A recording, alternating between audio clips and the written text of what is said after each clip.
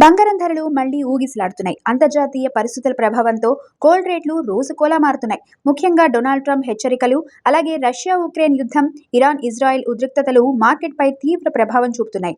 April 4న అంతర్జాతీయ మార్కెట్లో spot gold ధర ఔన్సుకు సుమారు $4,676 వద్దకు చేరగా ముందు రోజు $4,600కు పడిపోయింది.